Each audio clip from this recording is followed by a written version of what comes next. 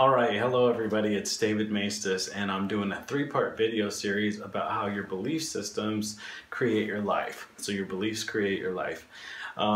The first video I was talking about how you can change your belief systems through your mind, through your thinking.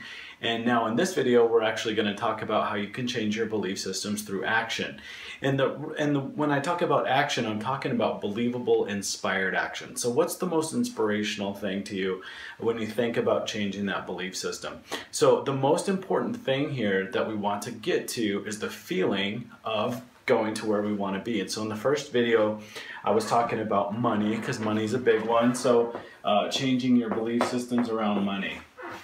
Now, the thinking or the thought that we were wanting to change is I don't have enough money to I have plenty of money or more than enough money.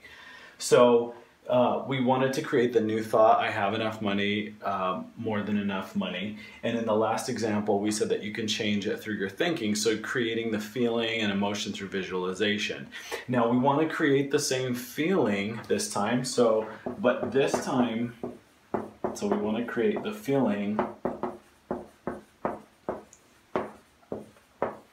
through action. And instead of visualizing ourselves with that and having the emotion that way, we want to create the feeling through taking action. So I like to share this really cool story about my sister, and she manifested like an extra $4,000 one month. And what happened was she decided to kind of test the universe and just see how far she could kind of take this whole idea of changing your belief systems through taking action and becoming kind of embodying somebody that would have more money. So that month, as a kind of an experiment, she stayed home every single weekend and she didn't eat out or you know, go out and do the regular kind of things that she was doing regularly. And so what happened was she started to sort of stockpile money into her bank account because she wasn't out shopping and eating and, you know, doing all these things. So through action, she created the feeling, because what started to happen was she noticed there was more money in her checking account.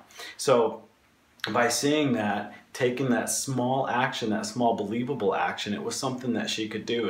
And when she thought, how would I create more money in my life? The first inspired thought was, you know, I could stay home and I could save a little bit of money. So she stayed home, saved money, and then through the saving, she began to generate the feeling of someone who had more money, because as the numbers started to change in the checking account and those went up, she actually generated the feeling of having more money. And then spontaneously, from like 3 or 4 different sources, she was receiving checks and that sort of thing for, I want to say it was about $4,000 in 1 month.